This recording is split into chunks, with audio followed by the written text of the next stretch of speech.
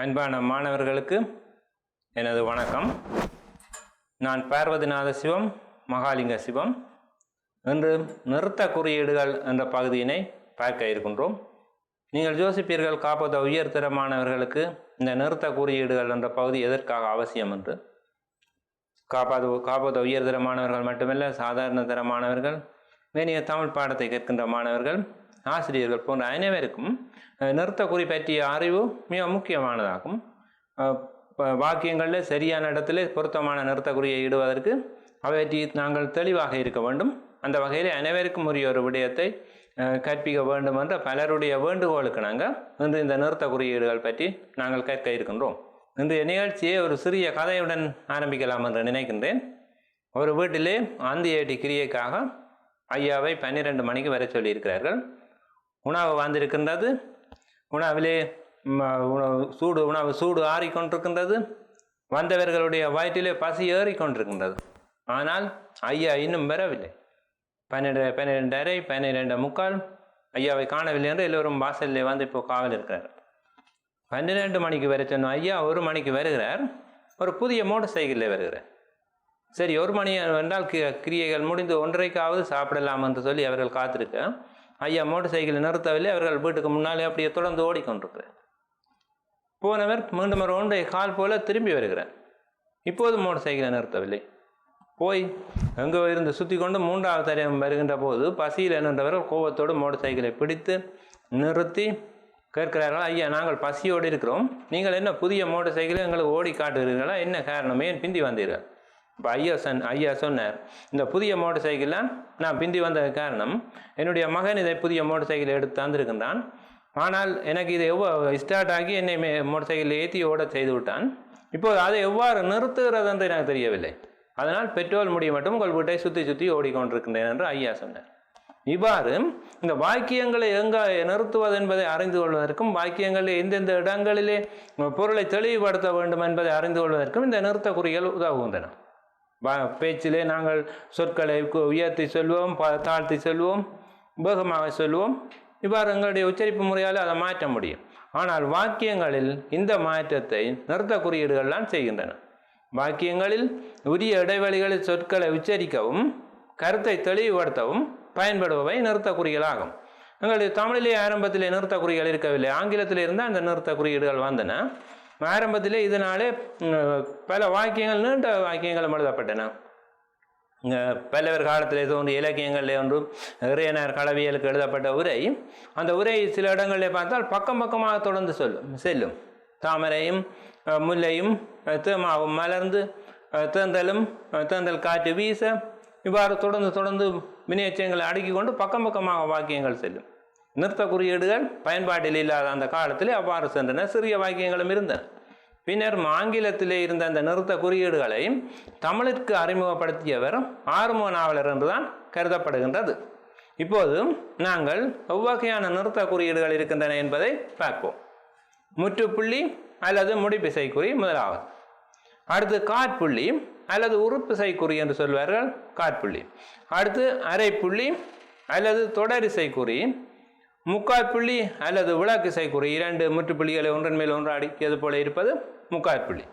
வினாக்குறி, வினாக்களை தொடுப்பதற்கு பயன்படுத்தப்படுகிற அடையாளம். வியப்புக்குறி, நம்முடைய உணர்வுகளை, உடலிலே தோன்றுகின்ற உணர்வுகளை வெளிப்படுத்துவதற்காக பயன்படுத்தப்படுகின்ற குறியீடாக வியப்புக்குறி இருக்கிறது. ஒருவருடைய கருத்தை அவருடைய உரைநடையிலேயே சொல்வதற்கு பயன்படுத்தப்படுகின்ற மேற்கோட்குறி அல்லது அனுவாத குறி. இவ்வாறு இன்னும் பல நிறுத்த குறிகள் இருக்கின்றன. நாங்கள் ஒவ்வொன்றாக அவற்றினுடைய பயன்பாட்டை பார்ப்போம். முதலாவது முற்றுப்புள்ளி அல்லது முடிப்பிசை குறி. முதலிலே நாங்கள் முற்றுப்புள்ளி அல்லது முடிப்பிசை குறியினுடைய பயன்பாடுகள் பற்றி பார்ப்போம். அதனை அறிந்து கொள்வதற்கு முதலில் வாக்கியங்களின் வகைகளை அறிந்து கொள்ள வேண்டும். 4 வகையான வாக்கியங்கள் இருக்கின்றன. கூற்று வாக்கியம், வினா வாக்கியம், ஏவல் வாக்கியம், வியாங்கோல் வாக்கியம் என்று 4 வகையான வாக்கியங்கள் இருக்கின்றன.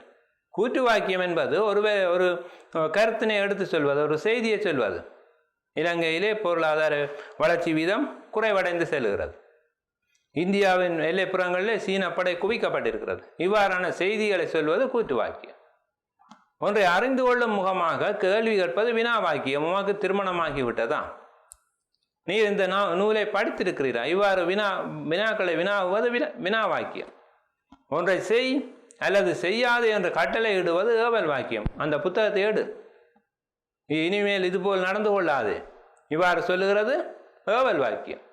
வியங்கோள் வாக்கியம் 4 பொருள்களிலே வரும். வாழ்த்து, வாழ்த்துதல், வைதல், வேண்டல், விதித்தல் என்ற 4 பொருள்களில் வரும். மணமக்கள் வாழ்க வாழ்த்தற் பொருள், தீயவர் அழிக வைதற் பொருள், எம்மை விட மேலான ஒருவரிடம் ஒன்றை கேட்பது வேண்டற் பொருள், இறைவா அருள் செய்க. எமக்கு சமனான அல்ல இன்னொரு எம்மை விட ஒரு நிலையிலே ஒரு படியில் இறங்கி ஒருவருக்கு ஒன்றை செய்யும்படி சொல்வது வேண்டல். விதித்தல் வாக்கியம் 4 வினாக்களுக்கு விடை தருக. இவ்வாறு 4 வகையான வாக்கியங்கள் இருக்கின்றன. கூற்று, வினா, வியங்கோள், ஏவல் ஆகிய 4 வகையான வாக்கியங்கள் இருக்கின்றன. இவற்றில் வினா வாக்கியங்களுக்கு வினா குறியீடு இடப்படும், அதை பின்னர் பார்ப்போம்.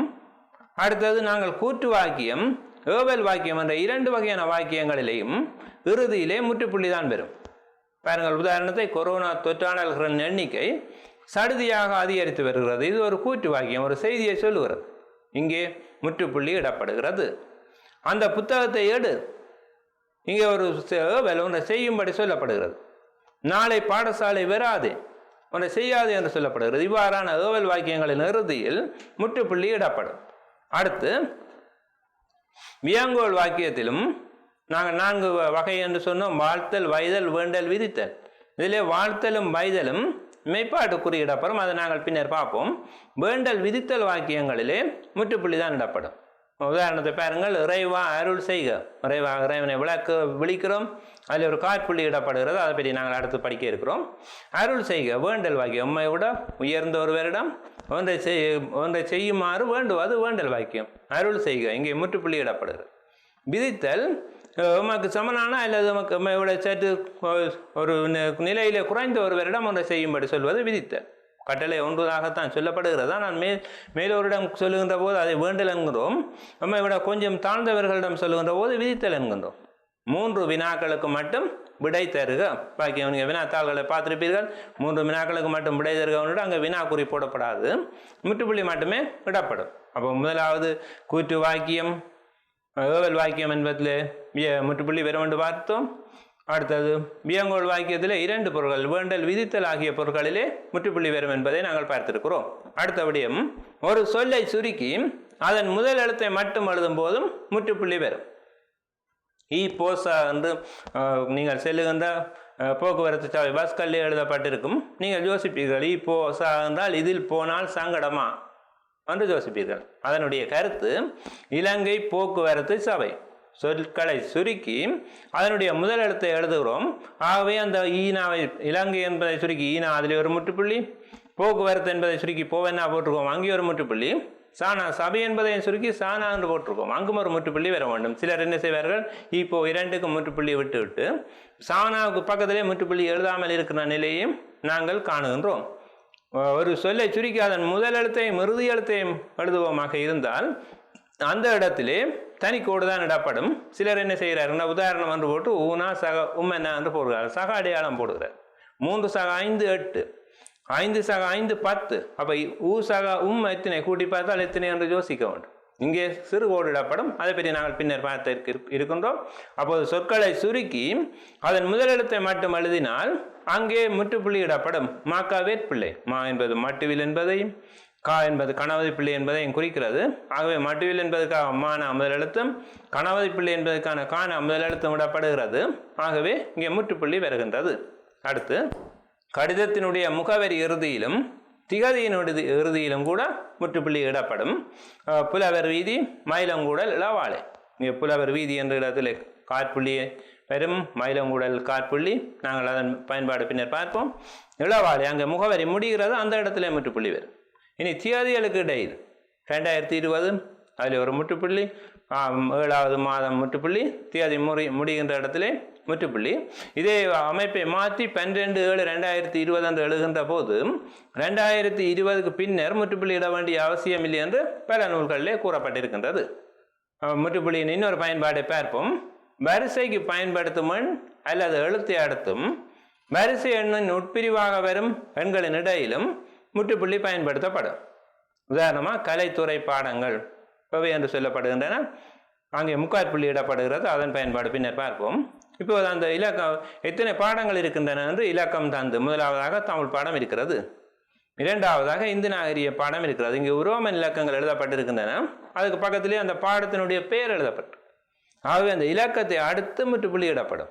இதே போல் தமிழ் எழுத்துக்களையும் இலக்கமாக எழுதலாம், தமிழ் இலக்கங்களையும் எழுதலாம். காணா என்றால் 1, கானா 2, இவ்வாறு இந்த இலக்கங்களே எழுதலாம். அப்போ ஆனா போட அடுத்து இருக்கிறது. அதுக்கு பக்கத்தில் உணவு, அடிப்படை தேவைகள், ஆனா உணவு, ஆவன உடை, ஈனா உரையில், இவ்வாறு வருகின்ற போது இந்த ஆனா பக்கத்திலே முற்றுப்புள்ளி இடப்படுகிறது, ஆவனா பக்கத்திலே முற்றுப்புள்ளி இடப்படும். அப்போ இந்த பயன்பாடு எவ்வாறு வருகிறது என்றால், வரிசைக்கு பயன்படுத்தும் எண் 1, 2, 3 அல்லது எழுத்து ஆனா ஆவன ஈனா போன்றவற்றை எழுதுகின்ற போது அந்த வரிசையின் உட்பிரிவாக வரும் எண்களுக்கு இடையிலே இந்த இலக்கம் இடப்படும்.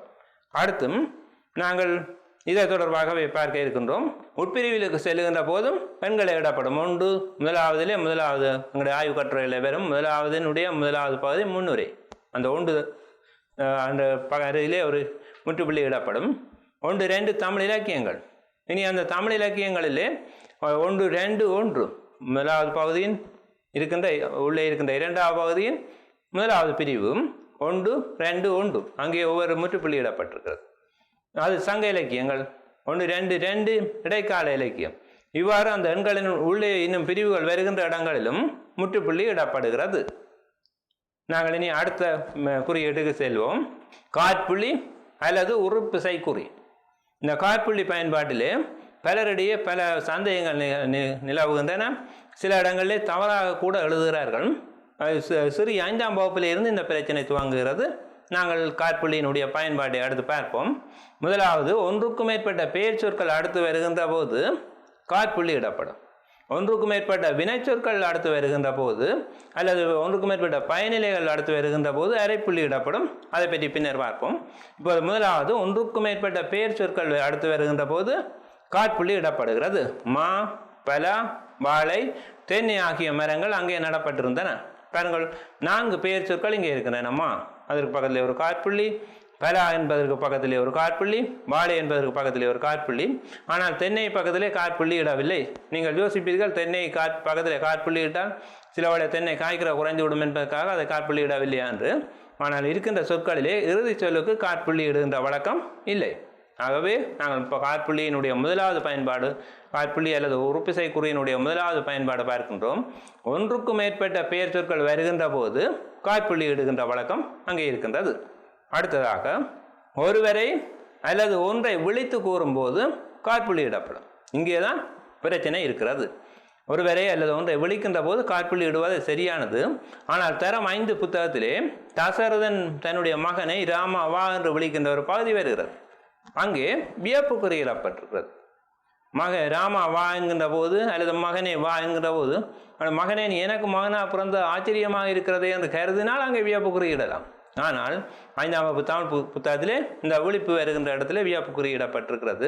அது மட்டுமல்லாமல் அந்த ஆசிரியர் கைநூலில் கூட ஒருவரை விழிக்க வியப்பு குறியிட வேண்டும் என்று கூறப்பட்டிருக்கிறது. இது ஆங்கிலத்திலேயும் கூட இருந்து பார்க்கின்ற போதும் தவறாக தெரிகிறது. ஆங்கில நிறுத்த குறியீடுகள் அதைத்தான் தமிழுக்குள்ளே கொண்டு வந்திருக்கின்றோம். ஆங்கிலத்திலே எவ்வாறு பயன்படுத்தப்படுகிறது என்று சொன்னால், ஒருவரை விழிக்க காற்புள்ளி தான் அங்கே இருக்கிறது. பல பேராசிரியர்களோடும் கலந்துரையாடி இருக்கிறேன். காற்புள்ளி தான் அது பொருத்தமானது என்று சொல்கிறார்கள். உணர்ச்சிகரமாக ஒருவரை விழிக்கின்ற இடத்திலே வியப்புக்குரிய நாங்கள் இடலாம். அது பின்னர் பார்ப்போம். மகனே, நீ ஏன் பாடசாலை செல்லவில்லை? தந்தையார் மகனை விழிக்கின்றார். இப்போதும் ஆகவே அங்கே விழிப்புக்கு காற்புள்ளி இடப்படுகிறது.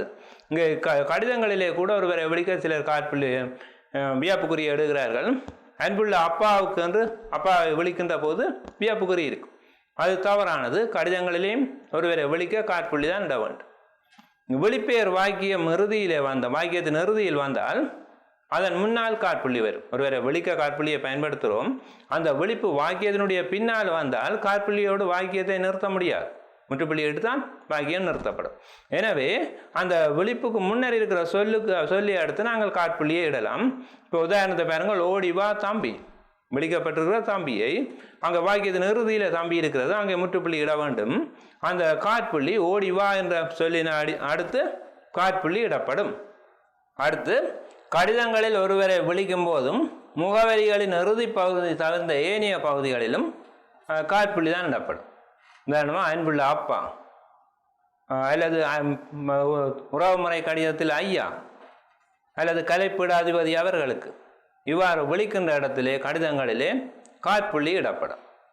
இனி முகவரி எழுதுகிறோம். இன்ன வீதி தெற்கா, அந்த ஊர் கிராமத்தினுடைய தெற்கா மேற்கா என்று சொல்லி பல விடயங்களை இறுதியிலே முகவரியின் முடிவான சொல்லி இருக்கும். இலங்கை என்று இருக்கும் வேறு நாடுகளுக்கு எழுதுகின்ற போது, இல்லை என்று சொன்னால் இலங்கைக்குள்ளே செல்லுகின்ற கடிதம் என்றால் அங்கே இருக்கின்ற கிராமத்தின் பேர் இருக்கும். இவ்வாறு தொடர்ச்சியாக ஒன்றாக நாங்கள் முகவரியை எழுதுகின்ற போது காற்புள்ளி வரும், இறுதியிலே முற்றுப்புள்ளி வரும். இங்கே பாருங்கள், ரவுபதி வீதி அருகிலே காற்புள்ளி இடப்படுகிறது. இணுவில் மேற்கு காற்புள்ளி இடப்படுகிறது. இணுவில் வாக்கியம் முடிந்து விட்டது, அங்கே முற்றுப்புள்ளி இருக்கிறது. ஆகவே கடிதங்களிலே ஒருவரை விളിக்கின்ற போதும் ஒன்றின் கீழ் ஒன்றாக முகவரி வருகின்ற இடங்களிலே முகவரியின் இறுதி பகுதி தகுந்த ஏனைய இடங்களிலும் காற்புள்ளி இடப்படும். காற்புள்ளியின் 4வது பயன்பாட்டினை நாங்கள் பார்க்கின்றோம். ஒருவருடைய கூற்றை அவ்வாறு அவருடைய வாக்கியமாக எழுதுவது நேர்கூற்று அல்லது தற்கூற்று என்று சொல்லுவோம். ஒருவர் கதைத்திருக்கிறார், அவருடைய கதையை அவருடைய பேச்சாகவே அவருடைய வார்த்தையாகவே நாங்கள் எழுதுகிறோம். அவ்வாறு எழுதுகின்ற போது பேசுபவருடைய பெயரை அடுத்து காற்புள்ளி இடப்படும். அவருடைய கூற்றை சொல்லுகிறோம், திருவள்ளுவர் என்று சொல்லி அவர் சொல்லுவதாக குறளையங்கால சொல்ல இருக்கின்றோம். ஆகவே அவருடைய பெயர் முன்னே இருக்கிறது. அந்த பெயர், அதாவது மேற்கோள் குறிக்குள்ளே வருகின்ற இடத்துக்கு முன்னாலே பெயர் இருந்தால், சொல்பவருடைய பெயர் இருந்தால் அங்கே காற்புள்ளி இடப்படும். இங்கே உதாரணத்தை பாருங்கள். அப்பா, மகனே ஏன் பாடசாலை செல்லவில்லை என்று கேட்டார். இப்போ இந்த வாக்கியத்தை கவனித்துக் கொள்ளுங்கள். ஏனெனில் காப்போத சாதாரண தர மாணவர்களுக்கு இத்தகைய வாக்கியங்கள், ஒருவர் உரையாடுவது தொடர்பான வாக்கியங்கள் தான் பெரும்பாலும் பெறுகின்றன. இதை நினைவிலே கொண்டால் நீங்கள் அதுக்கு விடை எழுத சுகமாக இருக்கும். இப்போ அப்பா கதைத்திருக்கிறார், எங்கே கதைக்க துவங்கி இருக்கிறார்? மகனே என்று துவங்கி செல்லவில்லை என்று சொல்லுகிறவரை அவர் கதைத்திருக்கிறார். ஆகவே அவ்வளவு இடத்திற்கும் மேற்கோள் குறியிடுகிறோம். ஏனெனில் அவருடைய கூற்றை, அவருடைய கருத்தை அவருடைய கூற்றாகவே இங்கே தந்திருக்கிறோம். மகனே ஏன் பாடசாலை செல்லவில்லை, மேற்கோள் குறியிடப்படுகிறது. அதற்கு ஒரு வினா ஒன்றை கேட்டிருக்கின்றார், ஏன் செல்லவில்லை. ஆகவே மேற்கோள் குறிக்குள்ளே ஒரு வினா குறியை இடுகிறோம். மகனே என்று மகனை விழித்திருக்கிறார். இப்போது அந்த விழிப்புக்கு அருகிலே ஒரு காற்புள்ளி, நாங்கள் முன்னர் பார்த்தோம், ஒருவரை விழித்து அழைக்கின்ற போது காற்புள்ளி இடப்படும், காற்புள்ளி இடுகிறோம். இப்போது அவர் கதைத்த விடயங்களுக்குள்ளே இருக்கின்ற குறியீடுகளை நிறைவுபடுத்தி விட்டோம். வினா குறி, மேற்கோள் குறி, காற்புள்ளி என்பன இடப்பட்டிருக்கின்றன. இப்போது அந்த கூற்றை சொன்னவருடைய பெயர் முன்னாலே இருக்கிறது, அப்பாவினுடைய பெயர் முன்னாலே இருக்கிறது. ஆகவே அந்த அப்பா என்ற சொல்லிற்கு பக்கத்தில் இன்னொரு காற்புள்ளி இட வேண்டும். அதுதான் ஒருவரை நேர்கூற்று அல்லது தற்கூற்று வாக்கியத்தை அப்படியே எழுதும்போது பேசுபவரின் பெயரை அடுத்து காற்புள்ளி இடப்படும் என்று கூறுவது. வாக்கியம் நிறைவு பெற்றிருக்கிறது, ஆகவே அங்கேயும் ஒரு முற்றுப்புள்ளி இடப்படும். இவ்வாக்கியத்தை பிறர் கூற்று வாக்கியமாக எழுதும்போது வெளிப்பெயரை அடுத்து காற்புள்ளி இடம்பெறாது. அதாவது மகனை விழிக்கிற போது நாங்கள் ஒரு காற்புள்ளி எழுதியிருக்கிறோம். இப்போது நாங்கள் இதை தற்கூற்றாக எழுதியிருக்கிறோம், பிறர் கூற்றாக மாற்றுகிறோம் என்று சொன்னால் அங்கே அவர் பேசியவருடைய கூற்றாக அது வராது. ஆகவே முதலிலே நாங்கள் அந்த மேற்கோள் குறியை எடுப்போம். பின்னர் வினா குறி, அது கேள்வி கேட்டிருக்கார், வினா இடம்பெறும். மகனே என்று மகனை விழித்திருக்கிறார். ஆகவே இங்கே பாருங்கள், அதை மாற்றுகிற போது அப்பா மகனிடம் ஏன் பாடசாலை செல்லவில்லை என்று கேட்டார் என்று மாற்றுவோம். அப்பா என்றது பக்கத்திலே அவர் கதைத்திருக்கிறார், அவருடைய காற்புள்ளி வரும். மகனே என்று சொல்லுகிற போது விழித்த முறை இங்கே அவரை விழிக்கவில்லை, மகனிடம் என்று இருக்கிறது வாக்கியம். ஆகவே அங்கே இருக்கிற அந்த காற்புள்ளி எடுக்கப்படுகிறது. அப்பா மகனிடம் ஏன் பாடசாலை செல்லவில்லை என்று கேட்டார் என்ற போது அப்பா என்பதற்கு பக்கத்தில் ஒரு காற்புள்ளி, மகனிடம் ஏன் பாடசாலை செல்லவில்லை என்று கேட்ட அந்த வினாக்குறி அதில் இடப்படும். வாக்கிய நிறைவிலே ஒரு முற்றுப்புள்ளி இடப்படும். இனி காற்புள்ளியின் அடுத்த பயன்பாட்டை பார்ப்போம். வாக்கியத்தில் எழுவாய் பயனிலைக்கு தொலைவிலே இருந்தால் அந்த எழுவாய்க்கு அருகில் காற்புள்ளி இடப்படும். நீண்ட வாக்கியம், தொடக்கத்திலே எழுவாய் இருக்கிறது, பயனிலை பல சொற்களை அடுத்து நிறைவிலே இருக்கிறது. ஆகவே அந்த எழுவாயை நாங்கள் பிரித்து காட்டுவதற்காக ஒரு காற்புள்ளியை இடுவோம். காகம் கண்டதை தின்னும் பறவையான போதும் தனது உடலை தூய்மையாக வைத்திருக்கிறது. இங்கே தூய்மையாக வைத்திருக்கிறது, இங்கே பயனிலை தொடராக இருக்கிறது. அது நீண்ட தூரத்துக்கு, அதிலிருந்து நீண்ட தூரத்துக்கு அப்பால் காகம் என்ற சொல்லி இருக்கிறது. ஆகவே அந்த எழுவாயை மற்ற பகுதியிலிருந்து பிரித்து காட்டுவதற்காக இங்கே ஒரு காற்புள்ளி இடப்படும். இந்த காகம் என்று சொல்லுகின்ற போது கற்பிக்கின்ற காலத்திலே ஒரு நடைபெற்ற ஒரு அனுபவம் ஒன்று நினைவுக்கு வருகிறது. நான் ஒரு 9ஆம் வகுப்பு மாணவர்களுக்கு இந்த ஒலி குறிப்பு சொற்களை பற்றி கற்பித்திருந்தேன்.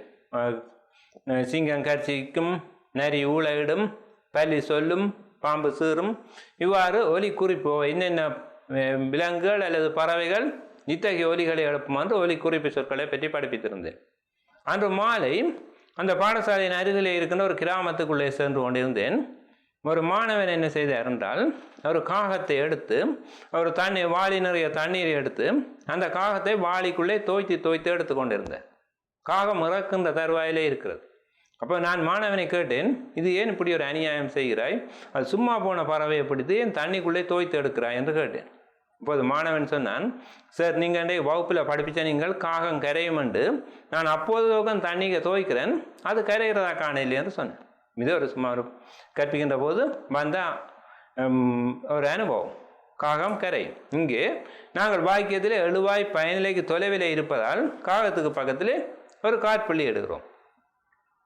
காற்புள்ளியினுடைய அடுத்த பயன்பாடு வாக்கியங்களிலே பொருள் மயக்கம் தருகின்ற இடங்கள் இருக்குமாகி அந்த பொருள் மயக்கத்தை நீக்குவதற்கும் நாங்கள் காற்புள்ளி எடுப்போம்.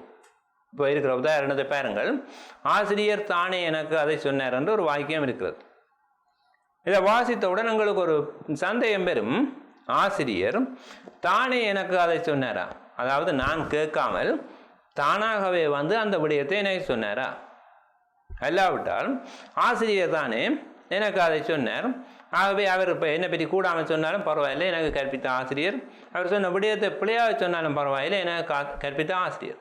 இப்போது இந்த வாக்கியத்துக்கு எந்த கருத்து எடுப்பது? அதாவது ஆசிரியர் தானாகவே எனக்கு சொன்னார் என்ற கருத்து எடுப்பதா, அல்லது அவர் என்னுடைய ஆசிரியர் தானே எனக்கு அதை சொன்னதை பற்றி எனக்கு எந்த பிரச்சனையும் இல்லை என்ற கருத்தை எடுப்பதா? இப்போது நாங்கள் எந்த கருத்தை எடுக்கிறோமோ அதற்கு ஏற்ற வகையிலே காற்புள்ளியை பொருத்தமான இடத்தில் பயன்படுத்த வேண்டும். ஆசிரியர் என்ற சொல்லுக்கு அருகிலே அந்த காற்புள்ளியை பயன்படுத்தினால் ஆசிரியர் தானே எனக்கு அதை சொன்னார் என்று வாக்கியம் அமையும். இங்கே நான் கேட்காமலே ஆசிரியர் தானாகவே வந்து அந்த விடயத்தை சொல்லி இருக்கிறார் என்ற கருத்தை அது தரும். இந்த காற்புள்ளியை எடுத்து தானே என்ற சொல்லுக்கு அருகிலே போட்டால், அதாவது ஆசிரியர் தானே என்ற சொல்லை முன்னே எடுத்து விட்டு அதுக்கு பக்கத்திலே இந்த காற்புள்ளியை பயன்படுத்தினால் அது எனக்கு அதை சொன்னவர் ஆசிரியர் தானே ஆனபடியால் அது ஒன்றும் பிரச்சனைக்குரியதா இல்லை என்ற கருத்தை தரும். ஆசிரியர் தானே எனக்கு அதை சொன்னார் என்று அது வரும். இவ்வாறு பொருள் மயக்கம் தருகின்ற வாக்கியங்களிலே பொருள் மயக்கத்தை நீக்குவதற்கும் நாங்கள் இந்த காற்புள்ளிகளை பயன்படுத்துகின்றோம். அடுத்தபடியமாக தொடர்புபடுத்தி கூறப்படும் சொற்றொடர்கள் எண்களுக்கு இடையிலும் காற்புள்ளி இடப்படும். ஒன்றோடு ஒன்று தொடர்பாக ஒரு வாக்கியத்தில் சொற்றொடர்கள் குழுக்களாக இருக்கின்றன. அவற்றை வேறுபடுத்தி இந்த சொற்பகுதி இதற்குரியது, இந்த சொற்பகுதி இதற்குரியது என்று வேறுபடுத்தி சொல்வதற்கு இந்த காற்புள்ளி இடப்படும். காய்ச்சல், காய்தல், தொடர்ச்சியான இருமல், உடற்சோர்வு, மூச்சு திணறல் முதலியன கொரோனாவின் அறிகுறிகள். பல சொற்கள் இருக்கின்றன. இப்போது அவற்றை நாங்கள் பகுதியாக வேறுபடுத்த வேண்டும். காய்ச்சல், காய்தல் அது ஒரு செயலை குறிக்கிறது, அதற்கு பக்கத்திலே ஒரு காற்புள்ளி. தொடர்ச்சியான இருமல் அது இன்னொரு செயலை குறிக்கிறது. காய்ச்சல், காய்தல், தொடர்ச்சியான என்று சொல்லி அங்காள காற்புள்ளியை போட்டால் வாக்கியத்தின் பொருள் இல்லாமல் போயிடும். அப்போ காய்ச்சல், காய்தல் ஒரு செயற்பாடு, அதற்கு ஒரு காற்புள்ளி. தொடர்ச்சியான இருமல் இன்னொரு செயற்பாடு, அதற்கு ஒரு காற்புள்ளி. உடற்சோர்வு இன்னொரு செயற்பாடு, அதற்கு அருகிலே ஒரு காற்புள்ளி. மூச்சு திணறல் இறுதியில் இருக்கிற தொடர், ஆகவே அதற்கு பக்கத்திலே காற்புள்ளி தேவையில்லை. முதலியன கொரோனாவின் அறிகுறிகள். இங்கே நாங்கள் தொடர்புபடுத்தி கூறப்படும் சொற்றொடர்களை வேறு பிரித்து காட்டுவதற்காக காற்புள்ளியை எடுக்கிறோம். எண்களுக்கு இடையிலும் இத்தகைய ஒரு காற்புள்ளி இடம்பெறும். 1980, 70, 80, 90ஆம் ஆண்டுகளில் நடைபெற்ற சனத்தொகை கணிப்பீட்டின்படி பல ஆண்டுகள் தரப்பட்டிருக்கு. 1970, 80 என்று சுருக்கமாக தரப்பட்டிருக்கு, அல்லது அதை 1980 என்று எடுக்கலாம். 1990 ஆண்டுகளில் நடைபெற்ற சனத்தொகை கணிப்பீடு, ஒன்றுக்கும் மேற்பட்ட ஆண்டுகள் எண்கள் தரப்பட்டிருக்கு. அவற்றுக்கு அருகிலும் நாங்கள் காற்புள்ளி இட வேண்டும். அடுத்ததாக ஆனால், ஆகவே, எனினும் முதலிய இணைப்பிடை சொற்களை அடுத்தும் காற்புள்ளி வரும். இது நாங்கள் காற்புள்ளியினுடைய 8வது பயன்பாடு பார்க்கின்றோம்.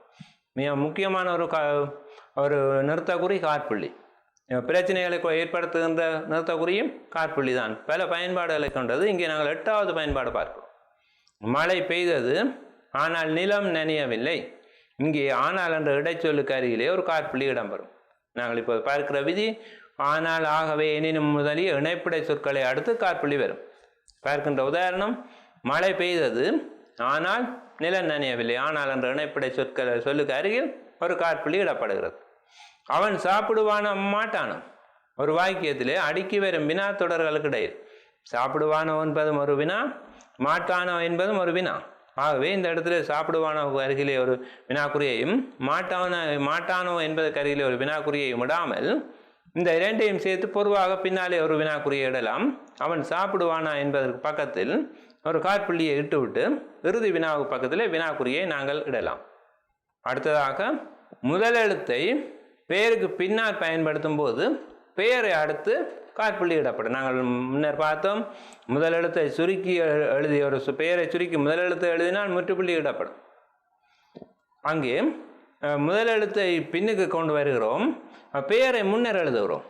இவ்வாறு எழுதுகின்ற போது முதல் எழுத்துக்கு பக்கத்திலே முற்றுப்புள்ளி வரும். ஏனென்றால் அந்த பெயரை சுருக்கி இருக்கிறோம். உதாரணம், பார்வதிநாத சிவம் மானா என்று இருக்கிறது. மானா மகாலிங்க சிவம் என்பதனுடைய சுருக்க குறியீடாக மானா போடப்பட்டிருக்கிறது. பார்வதிநாத சிவம் என்ற பெயர் முன்னர் வருகிறது, அதை அடுத்து ஒரு காற்புள்ளி.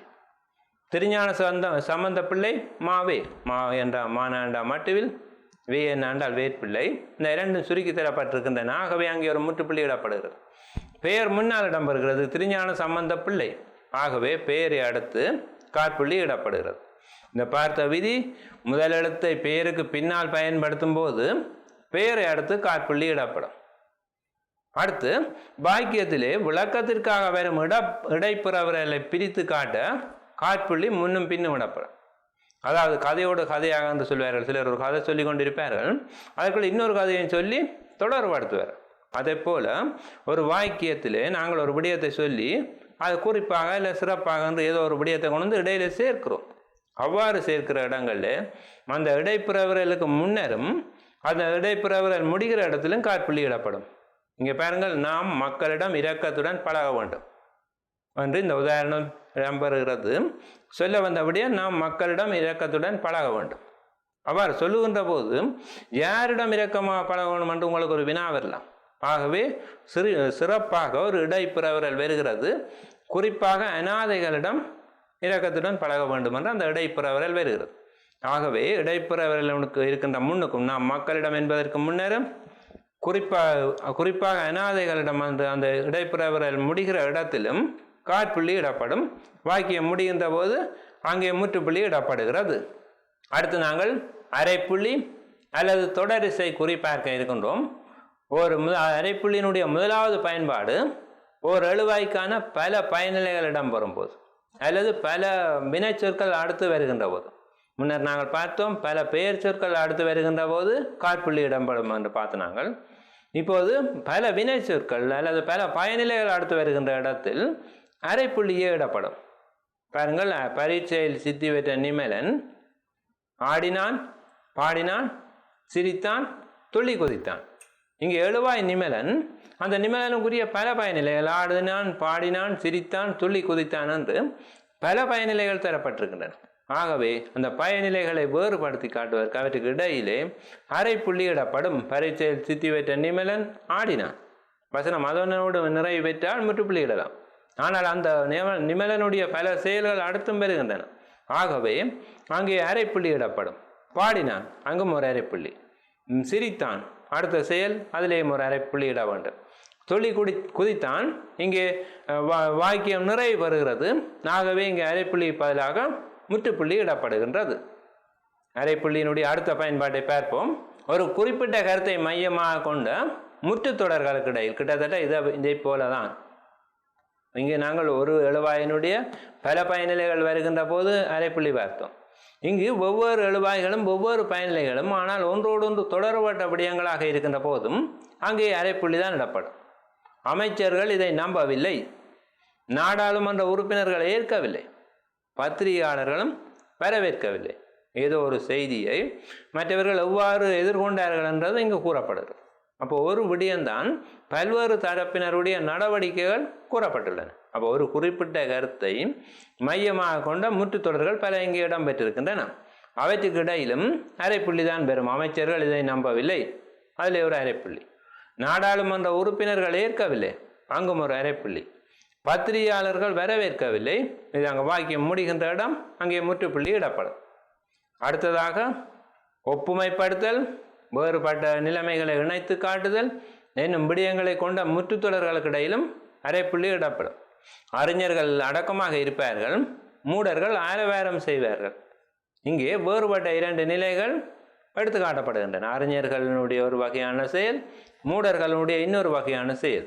இந்த ஆனாலும் ஏதோ ஒரு மைய பொருளை அடிப்படையாக கொண்டு தான் இது சொல்லப்படுகிறது. ஆகவே இந்த அறிஞர்கள் அடக்கமாக இருப்பார்கள் என்பதற்கு அருகில் ஒரு அரைப்புள்ளி இடப்படும். இது வேறுபட்ட நிலைமைகளை இணைத்து காட்டவும் இங்கே அரைப்புள்ளி இடப்படும். தாய் மகள் ஆகிய இருவரும் ஒரு பக்கம், தந்தை மட்டும் இன்னொரு பக்கம். இங்கே வேறுபட்ட நிலைகள் இணைத்து காட்டப்படுகின்றன. ஆகவே தாய் மகள் என்ற சொல்லுக்கு இடையிலே காற்புள்ளி வருகின்றது. அவர்களுடைய செயற்பாடு ஒரு பக்கமாக நிற்கின்ற செயற்பாடு அங்கே அரைப்புள்ளி இடப்படுகிறது. தந்தை மட்டும் இன்னொரு பக்கம் முற்றுப்புள்ளி. ஆகவே இந்த விடயத்திலே ஒப்புமைப்படுத்தல், வேறுபட்ட நிலைகளை இணைத்து காட்டுதல் என்னும் விடயங்களை கொண்ட முற்றுத்தொடர்களுக்கு இடையில் அரைப்புள்ளி வருவது தொடர்பாக பார்த்திருந்தோம். அடுத்ததாக ஒரு தொகுப்பு ஒன்றுக்கும் மேற்பட்ட உட்தொடர்களை கொண்டிருக்கும் போதும் தொகுப்புகளுக்கு இடையில் அரைப்புள்ளி இடப்படும். நாளைய விழாவில் பங்கேற்பவர்களின் எண்ணிக்கை மாவட்ட ரீதியாக ஒரு பட்டியல் தரப்பட இருக்கிறது. அங்கே முக்காற்புள்ளி வரும், அதை நாங்கள் அடுத்து பார்ப்போம். யாழ்ப்பாணம் 20, யாழ்ப்பாணத்திலிருந்து 20 பிரதிநிதிகள் பங்கு பெற்ற இருக்கிறார்கள். அது ஒரு உட்தொடர். ஆகவே அங்கே ஒரு அரைப்புள்ளி இடப்படும். மன்னர் 30 பேர் பங்கு பெற்ற இருக்கிறார்கள், அது இன்னொரு உட்தொடர், அங்கே ஒரு அரைப்புள்ளி இடப்படும். கிளிநொச்சி 17 பேர் பங்கு பெற்ற இருக்கிறார்கள், அது இன்னொரு உட்தொடர், அங்கு ஒரு அரைப்புள்ளி இடப்படும். முல்லைத்தீவிலிருந்து 15 பேர் பங்கு பெற்ற இருக்கிறார்கள், நிகழ்ச்சி அந்த பாக்கியம் நிறைவு வருகிறது. ஆகவே முற்றுப்புள்ளி இடப்படுகிறது.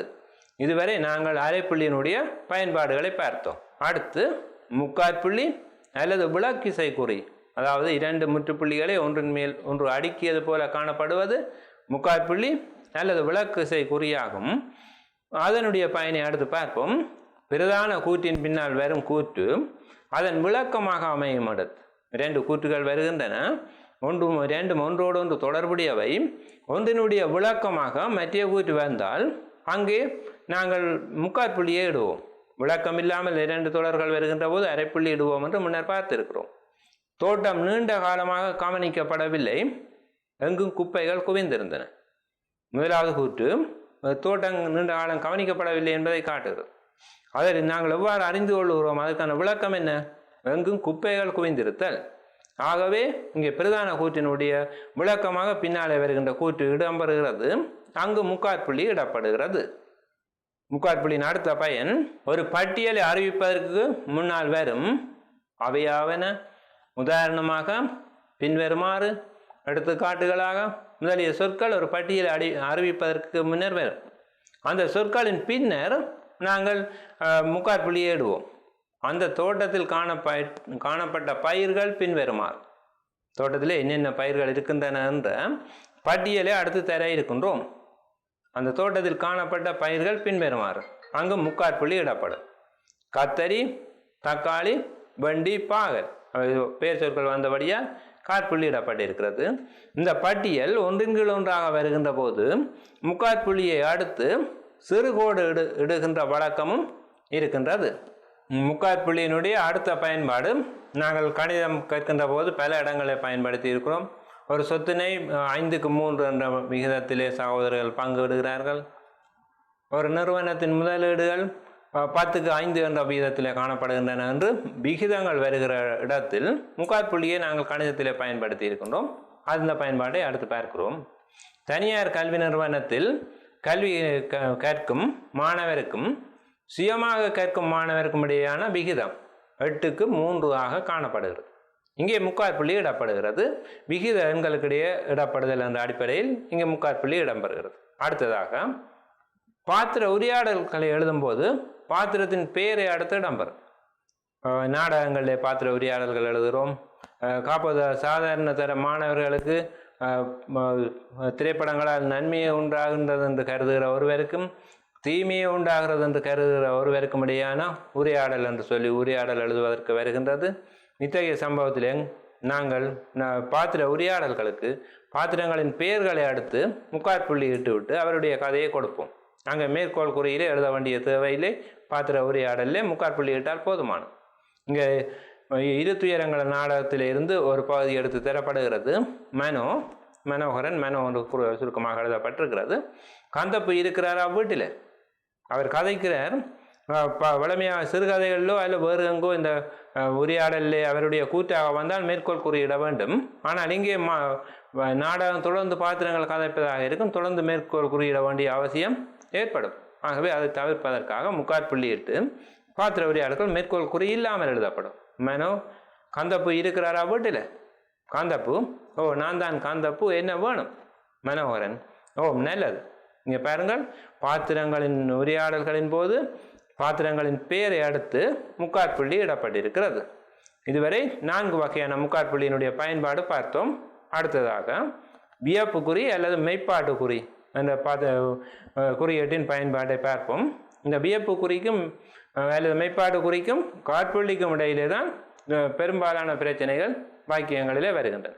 வியப்பு குறியினுடைய முதலாவது பயன்பாடு அல்லது மெய்ப்பாட்டு குறி. மெய்ப்பாடு என்றால் நாங்கள் மெய்யிலே படுகின்ற உணர்ச்சியை வெளிப்படுத்துவது.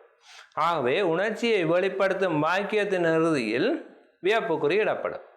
எவ்வளவு பெரிய மலை என்று சொல்லுகின்ற போது ஒருவருடைய வியப்பை அல்லது ஆச்சரியத்தை குறிக்கிறது. ஆகவே அங்கே வியப்பு குறி இடம்பெறுகிறது. எதிர்பார்த்த பதவி உயர்வு கிடைத்து விட்டதே. இங்கே ஒருவருடைய மகிழ்ச்சி, நீண்ட காலமாக எதிர்பார்த்திருந்த ஒரு பதவி உயர்வுக்கு அது கிடைத்து விட்டது, அந்த மகிழ்ச்சியை வெளிப்படுத்துகிறார். ஆகவே அங்கே ஒரு வியப்பு குறி இடப்படுகிறது. இவனுக்கெல்லாம் வேலை ஒரு கேடு என்று சொல்லுகின்ற போது நமது வெறுப்பை வெளிப்படுத்துகிறோம். ஆகவே அங்கும் வியப்பு குறி இடப்படுகிறது. ஆகவே வியப்பு குறியினுடைய முதலாவது பயன்பாடு உணர்ச்சியை வெளிப்படுத்தும் வாக்கியத்தின் இறுதியில் வருவதாகும். அடுத்ததாக வாக்கியத்தினுடைய இறுதியில் இடம்பெறும் என்று சொன்னோம். சில இடைச்சொற்களை அடுத்தும் வியப்பு குறிகள் இடம்பெறும். ஆகவே இடைச்சொல் ஒரு உணர்ச்சியை வெளிப்படுத்துகின்ற வாக்கியம் பெருமாக இருந்தால் அந்த இடைச்சொல்லை அடுத்தும் வியப்பு குறியிட வேண்டும். அந்த உணர்ச்சியை வெளிப்படுத்துகிற வாக்கியத்தை அடுத்தும் வியப்பு குறியிட வேண்டும். 2 இடங்களில் இந்த வியப்பு குறி வரும். ஆ, ஓ, ஆகா, ஐயோ முதலிய இடைச்சொற்களின் பின்னர் வியப்பு குறி இடப்படும். நாங்கள் முன்னர் பார்த்தோம், உணர்ச்சியை வெளிப்படுத்துகிற வாக்கியத்தின் பின்னரும் இடப்படும். ஆகவே இந்த இடைச்சொற்களை உணர்ச்சியை வெளிப்படுத்தத்தான் பயன்படுத்துகிறோம். எனவே இடைச்சொல்லின் பின்னரும் ஒரு வியப்பு குறியினையும் அந்த உணர்ச்சியை வெளிப்படுத்துகிற வாக்கியத்தின் பின்னர் ஒரு வியப்பு குறியினையும் இட வேண்டும். ஓ எவ்வளவு அழகான பூக்கள், ஓ என்கின்ற போது அந்த ஆச்சரியத்தை வெளிப்படுத்துகிற இடைச்சொல் இடம்பெறுகிறது, அதிலே ஒரு வியப்பு குறி. எவ்வளவு அழகான பூக்கள் உங்களுடைய வியப்பை வெளிப்படுத்துகிற வாக்கியம். ஆகவே அங்கும் ஒரு வியப்பு குறி இடப்படும். ஐயோ எல்லாமே போய்விட்டனமே, ஐயோ எங்களுடைய கவலையில இரக்கத்தை வெளிப்படுத்துகிற அல்ல அதிர்ச்சியை வெளிப்படுத்துகிற இடைச்சொல், அதிலே ஒரு வியப்பு குறியிடப்பட வேண்டும். எல்லாமே போய்விட்டனவே கவலையை வெளிப்படுத்துகிற தொடர், அங்கும் வியப்பு குறியிடப்படுகிறது. வியப்பு குறியினுடைய 3வது பயன்பாடு துண்டு பிரசுரம் முதலியவற்றில் இடம்பெறும் உணர்ச்சிகரமான விழிப்பின் போது.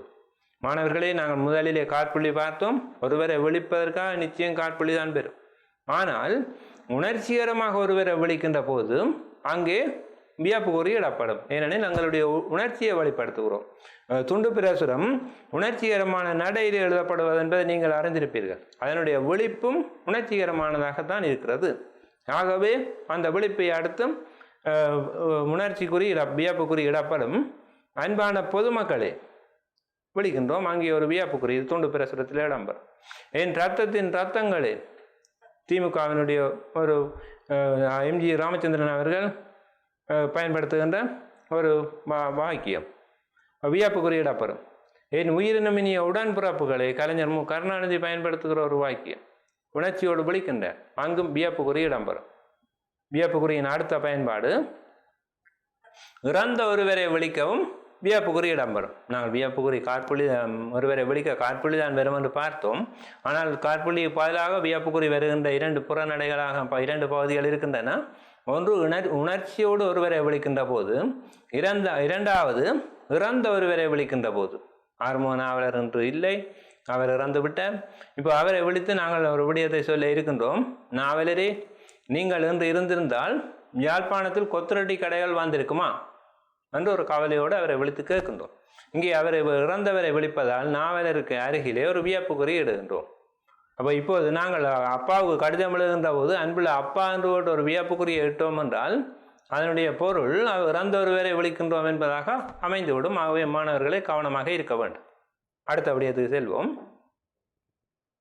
வாழ்த்துதல் வைதற் பொருளில் வரும் வாக்கியங்களின் பின்னர் வியப்பு குறியிடப்படும். முற்றுப்புள்ளி படிக்கின்ற போது பார்த்தோம், வாக்கியங்கள் ஒரு வகை வியங்கோல் வாக்கியம், அதிலே ஏவல் விதித்தல் ஆகிய பொருட்களில் வருகின்ற போது முற்றுப்புள்ளி இட வேண்டும் என்று பார்த்தோம். ஆக மீதியாக இருக்கிற வாழ்த்துதல் வைதல் ஆகிய வாக்கியங்களில் வருகின்ற போது அது ஓரளவு எங்களுடைய உள்ளத்து உணர்வோடு தொடர்பட்டது. உணர்ச்சியோடு வாழ்த்துகிறோம். திருமண வீட்டுக்கு சென்றால் சிலர் தாங்க மணமக்களை வாழ்த்தி கொண்டு போன அன்பளிப்பையும் கொடுத்து விட்டு வந்து சாப்பிடுவார். சிலர் பந்தி துவங்கிய உடனே ஓடுவார்கள். அதன் பின்னர் சாப்பிட்டு விட்டு தான் வந்து மணமக்களை வாழ்த்துவார்கள். அப்போ கேட்டால் நீங்கள் என்ன வந்த உடனே சாப்பாட்டு ஓடுகிறீர்கள் என்றால் அவர்கள் சொல்லுவார்கள், வயிறு நிறைஞ்சாதான் மனமாக சந்தோஷமாக வாழ்த்தலாம் என்று சொல்லுவார். ஆகவே வாழ்த்துகின்ற போது எங்களுடைய உணர்ச்சியை தெரிவிக்கின்றோம். ஆகவே வாழ்த்தல் பொருளில் வியப்புக்குறி வரும். மணமக்கள் வாழ்க்க. வைதற் பொருளிலும் வியப்புக்குறி வரும். தீயவர் அழிக. உணர்ச்சியோடு சொல்லுகிறோம், வியப்புக்குறி இடம்பெறும். முதலில் பார்த்ததான் அடுத்து சொல்லப்படுகிறது. வேண்டல் விதித்தல் பொருளில் வரும் வாக்கியத்தின் பின் முற்றுப்புள்ளியை வரும். இது ஏற்கனவே நாங்கள் பார்த்தது. அதை உதாரணத்தை மீண்டும் நினைவுபடுத்துவதற்காக இங்கே தரப்பட்டிருக்கிறது. இறைவா அருள் செய்க வேண்டற் பொருளில் வந்திருக்கிறது, முற்றுப்புள்ளி இடப்படுகிறது. 3 வினாக்களுக்கு விடை தருக விதித்தல் பொருளில் வந்திருக்கிறது, முற்றுப்புள்ளி இடப்பட்டிருக்கிறது. அடுத்த விடயம், அடுத்த நாங்கள் பார்க்க இருக்கின்ற குறியீடு சிறுகோடு அல்லது விட்டிசை குறி. இடையிலே சிறுகோடு போட்டு சில விடயங்களை நாங்கள் சொல்லுவோம். முதலாவது இதனுடைய பயன்பாடு, சொற்களை சுருக்கி முதலெழுத்தையும் இறுதி எழுத்தையும் எழுதும் பொழுதும் சிறுகோடு இடப்படும். மாணவர்களே, சொற்களை சுருக்கி அதன் முதலெழுத்தை இடுகின்ற போது முற்றுப்புள்ளி வரும் என்று நாங்கள் முன்னர் படித்திருக்கிறோம். முதலெழுத்தை மட்டும் எழுதினால் மீசா இலங்கை மின்சார சபை முற்றுப்புள்ளி இருக்கிறது. சாப்பி சாமு சாகிறதுக்கு பிறகு சாகிறதுக்கு முன்னுங்கல்ல, சாப்பாட்டுக்கு பின்னர் சாப்பாட்டுக்கு முன்னர் முற்றுப்புள்ளி இடப்படுகிறது. இங்கே 2 எழுத்துக்கள் தரப்படுகின்றன, முதலாவது எழுத்தும் 2வது எழுத்தும். ஆகவே இங்கு சிறுகோடு இடப்படும். இதன் பொருள் என்பதை ஈனா முதலாவது எழுத்தையும் இல்லைன்னா இறுதி எழுத்தையும் எழுதுகின்ற போது சிறுகோடு இடுகிறோம். சிலர் ஈசாக இல்லென்று எழுதுவார்கள். அது தவறான, அது கூட்டலுக்குரிய அடையாளம். ஆனால் கூட்டி சமன் போட்டு விடை எழுதுவீர்களாக இருந்தால் அதிலே போடல். சிறுகோடு டூனா என்று தரப்பட்டிருக்கிறது. எடுத்துக்காட்டு என்பதன் முதல் எழுத்தும் இறுதி எழுத்தும் தரப்படுகிறது. உதாரணம் என்பதை சுருக்கி ஊனா உமன் எழுதுகிறோம். அங்கே சிறுகோடு பெறும். சிறுகோட்டினுடைய அடுத்த பயனை நாங்கள் பார்ப்போம். திடீரென ஏற்படும் கருத்து மாற்றத்தை பாடசாலை காட்டுவதற்கும் சிறுகோடு இடப்படும். ஒரு விடயத்தை சொல்லி கொண்டிருக்கிறோம், திடீரென்று பார்த்தா ஒரு கருத்து மாற்றம் கொண்டு வருகிறது. பாடசாலை விழாக்கள் கோயில், பாடசாலை விழாக்கள் கோயில், திரைப்படம் என்று இனிமையான வாழ்க்கை. ஒரு சிறு மாற்றம், கொரோனா தான் முடக்கிவிட்டது. ஒரு கருத்து மாறுகிறது. எங்களுடைய இனிமையான வாழ்க்கை திடீரென்று கருத்து மாறி எங்களுடைய துன்ப நிலையை எடுத்து காட்டுகிறது. பாடசாலை விழாக்கள் கோயில் திரைப்படம் என்று இனிமையான வாழ்க்கை. கொரோனா தான் முடக்கிவிட்டது. அங்கே கவலையை வெளிப்படுத்துகிறோம், வியப்புக்குறி இடப்படுகிறது. சடுதியான மாற்றத்தை குறிக்க சிறுகோடு இடப்படுகிறது. வேறாக கூறப்பட்ட பொருள்களை தொகுத்து கூறவும் சிறுகோடு இடப்படும். பௌத்தர், இந்துக்கள், கிறிஸ்தவர், இஸ்லாமியர் இந்த 4 பேரும் இலங்கையில் உள்ள மக்கள். அவை எல்லாரும் அந்த விழாவில் கலந்து கொண்டனர். எல்லாத்தையும் கூறப்பட்ட விடயங்களை இங்கே தொகுத்து எல்லோரும் அந்த விழாவில் கலந்து கொண்டனர் என்று தருகிறோம். அங்கே சிறுகோடு இடப்படுகிறது. அடுத்த விடயம், நேரிசை வெண்பாவின் 2ஆம் அடியின் இறுதிச் சீரின் முன்னும் சிறுகோடு இடப்படும். வெண்பா 2 வகைப்படும். பலர் காலத்தில் இந்த சங்கமறிவிய காலத்தில் அதிகம் வழக்கத்தில் இருந்தது. ஒன்று நேரிசை வெண்பா, இன்னொன்று இன்னிசை வெண்பா. இன்னிசை வெண்பா கோடு இல்லாமல் தொடர்ச்சியாக 4 அடிகளும் வந்து முடியும். நேரிசை வெண்பாவில் 2வது அடியின் 3வது சீரியை அடுத்து ஒரு சிறுகோடு இடப்படும். அங்கே முதலாவது அடியின் முதலாவது சீரிலையும் 2வது அடியின் முதலாவது சீரிலும் இருக்கிற எதுகை ஈட்டு வீட்டு. இங்கே அந்த சிறுகோட்டை அடுத்தும் பெரும் காட்டில் என்று வந்திருக்கிறது. இட்டன்னா அந்த எதுகை இங்கேயும் வந்திருக்கிறது. பாடல் நந்தி கிளம்பத்திலேருந்து ஒரு அருமையான பாடலை உதாரணம் தந்திருக்கிறேன். வீட்டு புகழ் நந்தி பாணனி எங்கே இருந்தம் வீட்டிலிருந்து பாட விடிவளவும் காட்டிலும் பேய் என்றால் என்னை, பிறர் நரி என்றார் தோழி, நாய் என்றால் நீ என்றேன் நான். நந்திவர்மன் பரத்தை வீட்டுக்கு சென்றிருக்கின்றான் தலைவியை விட்டுவிட்டு. அங்கே இரவு முழுவதும் ஒரே கும்மாளமாக இருக்கிறது. தலைவி வீட்டிலே அது சத்தம் கேட்கிறது. பாணன் அங்கே இருந்து இரவிரவாக பாடிக்கொண்டிருக்கிறான் அவர்களை மகிழ்ச்சிப்படுத்த. அவ்வாறு பாடிய பாணனை காலையிலே நந்திவர்மன் இந்த தலைவியிடம் தூதாக அனுப்புகிறான். இப்படி நான் போன நான் அதனாலே கோபம் அடைஞ்சிருக்கிறாளா, நான் வீட்டை வரலாமா என்று கேட்டு வா, அல்லது அவள் மனதை கோபத்தை ஆற்றி என்னை வீட்டை செல்லுகின்ற ஒரு நிலையை ஏற்படுத்த என்று அந்த பாணனை அனுப்புகிறான். அந்த பாணனுக்கு தலைவி சொன்னதுதான் இந்த பாடல். வீட்டு புகழ் நந்தி பாணன், புகழ்மிக்க நந்திவர்மன் என்ற பாணனே, நீ எங்கேயர்தம் வீட்டிலிருந்து பாட விடிவளவும். நீ எங்கட சகோதரி மாதிரி இருக்கிற அந்த பரத்தியர் வீட்டில் இருந்து விடியை மட்டும் பாடின. அந்த பாட்டை கேட்டு காட்டில் அழும் பேய் என்றால் என்ன, அம்மா சொன்னால் காட்டில் பேய் அழுகிற மாதிரி ஒரு சத்தம் கேட்கிறார். பிறர் நரி என்றார்கள். மற்றவர்கள் சொன்னார்கள் பேய் இவ்வளவு கேவலமாக அழாது, இது நரி உலகிற சத்தமாக தான் இருக்க வேண்டும் என்று மற்றவர்கள் சொன்னார்கள். தோழி நாய் என்றால், தோழி சொன்னால் நரி கூட இவ்வளவு கேவலமாக உலகிடாது, இது நாய் குலைக்கிற சத்தம் போல இருக்கிறது என்று சொன்னான். நீ என்றேன் நான், நான் மட்டும்தான் உன்னுடைய குரலின் சிறப்பை அறிந்தவன். பேயினுடைய சத்தத்தை விடவும், நரியினுடைய ஊழையை விடவும், நாய் குலைக்கிறதை விடவும் கேவலமான குரல் உன்னுடைய என்பதை நான் அறிவேன். ஆகவே நான் உறுதியாக சொன்னேன், இல்லை இல்லை இது எங்களுடைய பாணன் தான் பாடிக்கொண்டிருக்கிறேன் என்று சொல்லி நக்கல் செய்து அவனை திருப்பி அனுப்புகிறதாக இந்த பாடல் இருக்கிறது. இங்கே பாருங்கள், காட்டில் எழுமன்ற அந்த இரண்டாவது சீரின் இரண்டாவது அடியின் இறுதி சீருக்கு முன்னாலே ஒரு சிறுகோடு இடப்படுகிறது. பி என்றால் என்னை, பிறர் நரி என்றார் தோழி, நாய் என்றால் நீ என்றேன் நான். வெவ்வேறுபட்ட வாக்கியங்கள் சொன்ன வாக்கியங்கள் அங்கே அரைப்புள்ளி இடப்படுகிறது. அடுத்த விடயத்துக்கு செல்வோம். தனி சிறுகோட்டினுடைய அடுத்த பயன்பாடு, ஒரு வாக்கியத்தினுடைய செருகப்படும் மற்றொரு தொடரின் முன்னும் பின்னும் ஒரு விடயத்தை சொல்லுகிறோம், அதுக்குள்ளே குறிப்பாக இல்லை சிறப்பாக சொல்வதற்காக ஒரு பகுதியை கொண்டு வந்து செருகுகிறோம். அவ்வாறு இது செருகப்படுகிற விடயத்தை காட்டுவதற்கு அதற்கு முன்னரும் பின்னரும் ஒரு சிறுகோடு இடப்படும். அவர்களின் காதலில் ஏதோ ஒரு செயற்கைத்தனம் பழிச்சிடுகிறது, இதுதான் வாக்கியம். அதுக்குள்ளே அந்த செயற்கைத்தனம் என்றால் என்னென்று யோசிப்பீர்கள், சினிமாத்தனம் பழிச்சிடுகிறது. சினிமாவில் வருகிறது போல உரையாடுகிறார்கள், அதுபோல நடந்து கொள்கிறார்கள். ஆகவே அந்த சினிமாத்தனம் உண்மையான தன்மை அல்லாத ஒரு செயற்கைத்தனம் இருக்கிறது. இங்கே செருகப்படுகிற சொல் சினிமாத்தனம் என்பது. ஆகவே அதுக்கு முன்னரும் பின்னரும் சிறுகோடு இடப்படுகிறது. அடுத்ததாக நாங்கள் இனி பார்க்க இருக்கிறது இரட்டை மேற்கோள் குறி எங்கே வரும் என்பது. வாக்கியத்திலே ஒருவரது கருத்து அவர் கூற்றாக, அதை தற்கூற்று என்று சொல்வார்கள், அவர் சொன்ன மாதிரி அப்படியே சொல்வதற்கு இரட்டை மேற்கோள் குறி பயன்படும். பாரதியார் என்று சொல்லி அவருடைய பாடல் வரியை அப்படியே எடுத்து தரப்போகிறோம். யாமறிந்த மொழிகளிலே தமிழ் மொழி போல் இனிதாவது எங்கும் காணோம் என்று பாடினார். பாரதியினுடைய கருத்து. பாரதியார் பல மொழிகளை அறிந்தவர். ஆகவே அவர் துணிச்சலாக பாடினார், யாமறிந்த மொழிகளிலே தமிழ் மொழி போல் இனிதாவது எங்கும் காணோம். அவர் பாடலாம், நாங்கள் பாட முடியாது. ஏனெனில் யாம் அறிந்த ஒரே ஒரு மொழி தமிழ் மொழி தான். ஆகவே மற்றவற்றோடு ஒப்பிட்டு நாங்கள் பாட முடியாது. அவர் துணிச்சலாக பாடினார். இங்கே அவருடைய கூற்று தரப்படுகிறது. ஆகவே அவர் பாடிய அந்தளவு பகுதிக்கும் மேற்கோளிடப்படுகிறது. நாங்கள் முன்னர் பார்த்தோம், ஒருவருடைய கூற்று மேற்கோளுக்குள்ளே தரப்படுகிறது.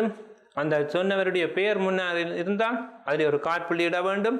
அங்கே பாரதியார் என்ற சொல்லி அடுத்து காற்புள்ளி இடப்படுகிறது. வாக்கியம் நிறைவேற்றிருக்கிறது, அந்த இடத்தில் முற்றுப்புள்ளி இடப்பட்டிருக்கிறது. அடுத்ததாக ஒற்றை மேற்கோள் குறியினை பார்ப்போம். ஒற்றை மேற்கோள் குறிக்கு பல பயன்கள் இருக்கின்றன. இந்த ஒற்றை மேற்கோள் குறி, இரட்டை மேற்கோள் குறி என்பவற்றை பார்க்கின்ற போது, ஒற்றை மேற்கோள் குறி ஒருவரது கூற்றுக்குள் இன்னொருவர் கூற்று வருகின்ற போது அதை பிரித்து காட்டுவதற்கு பயன்படும். ஒருவர் கூற்றேண்டா கந்தையா என்றவர் கதைக்கிறார். அவர் கதைக்க சொல்கிறார், நான் இப்படி நெல்லையாவுடைய காய்ச்சினால் அவரும் இந்த விஷயத்தை எனக்கு சொன்னவர். இப்போ எனக்கு ஒருவர் வந்து சொல்கிறார், கந்தையா கதைக்கிறார், அவற்றை கூட்டை நான் மேற்கோள் குறியில் போடுவோம். அந்த கந்தையா நெல்லையா என்பவர் சொன்ன கருத்தை அவற்றை கூட்டாக சொல்லியிருக்கிறேன். இப்போ ரெண்டு மேற்கோள் குறிகளில் பயன்படுத்த வேண்டிய ஒரு சூழல் இருக்கிறது. ஒருவருடைய கூற்று, அந்த கூற்றுக்குள்ளே இன்னொருவருடைய கூற்றை அவர் சொல்லுகிறார். ஆகவே இரண்டு கூற்றுகள் அங்கே இருக்கின்றன. இவ்வாறு பயன்படுத்துகின்ற போது அமெரிக்க முறைக்கும் பிரித்தானிய முறைக்கும் ஒரு வேறுபாடு இருக்கிறது. நாங்கள் பிரித்தானிய பின்பற்றுவர்கள், அந்த ஆட்சிக்குள்ளே இருந்தவர்கள். அதாவது முதலிலே வருகின்ற முக்கியமானவருடைய கூற்றை அடுத்து இரட்டை மேற்கோள் குறியும், அதுக்குள்ளே வருகின்ற மற்றவருடைய கூற்றை குறிக்க ஒற்றை மேற்கோள் குறியும் விடுவது பிரித்தானிய முறையாகும். அதைத்தான் நாங்கள் இங்கே போட்டிருக்கின்றேன். ஐயம்பிள்ளை முகத்தாரிடம் கதைக்கின்ற விடயம் அந்த தேர் என்ற சிறுகதையிலிருந்து இந்த பகுதி எடுக்கப்பட்டிருக்கிறது. ஐயம்பிள்ளை முகத்தாரை விழிக்கிறார், மெய்ய முகத்தார். இப்போ மெய்ய முகத்தார் என்பது ஐயம்பிள்ளையினுடைய கூற்று. நான் யாழ்ப்பாணம் வருவேன் என்று குமாரசாமி சொன்னவனாம், அது உண்மையே. இவ்வளவும் ஐயம்பிள்ளைன்ற கூற்று. அந்த கூற்றுக்குள்ளே குமாரசாமியின் ஒரு கூற்று இருக்கிறது. நான் யாழ்ப்பாணம் வருவேன் என்ற குமாரசாமியின் கூட்டம் இருக்கிறது. அப்போ ஐயம்பிள்ளையினுடைய கூட்டம் இருக்கிறது, குமாரசாமியின் கூட்டம் இருக்கிறது.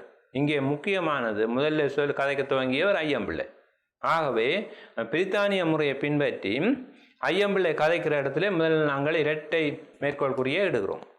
ஐயம்பிள்ளையினுடைய கூற்றுக்குள்ளே குமாரசாமியின் கூற்று நான் யாழ்ப்பாணம் வருவேன் என்ற பகுதி இருக்கிறது, அதற்கு ஒற்றை மேற்கோள் குறியை எடுக்கிறோம் என்று குமாரசாமி சொன்னவனாம், அது உண்மையே என்று கேட்பதோடு ஐயம்பிள்ளையினுடைய கூற்று முடிகிறது, அங்கே இரட்டை மேற்கோள் குறியை கொடுக்கின்றோம் என்று கேட்டார் என்று வாக்கியம் முடிகிறது. ஆகவே மீண்டும் இந்த விடயத்தை ஒரு முறை ஞாபகப்படுத்துவோம். ஒருவரது கூற்றுக்குள் இன்னொருவர் கூற்று வந்தால் பிரித்தானிய முறை முக்கியமான கூற்றுக்கு ஐயம் மேற்கோள் குறியும், அடுத்தவருடைய கூற்றுக்கு ஒற்றை முக்கியமான கூட்டுக்கு இரட்டை மேற்கோள் குறியும், அதற்குள்ளே வருகின்ற மற்றவருடைய கூற்றுக்கு ஒற்றை மேற்கோள் குறியும் இடுவதாகும்.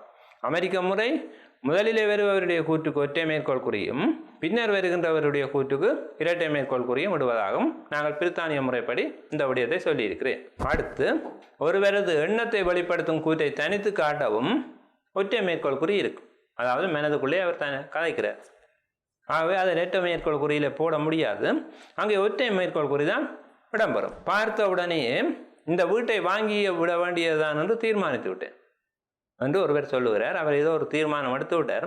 அந்த தீர்மானத்தை ஒற்றை மேற்கோள் குறியிலே சொல்ல வேண்டும். பார்த்தவுடனே வீட்டை போய் பார்க்கிறார், இந்த வீட்டை வாங்கிவிட வேண்டியதுதான் என்று அவர் ஒரு தீர்மானம் எடுத்து தனக்குள்ளே தீர்மானிக்கிறார். அந்த பகுதி ஒற்றை மேற்கோள் குறி.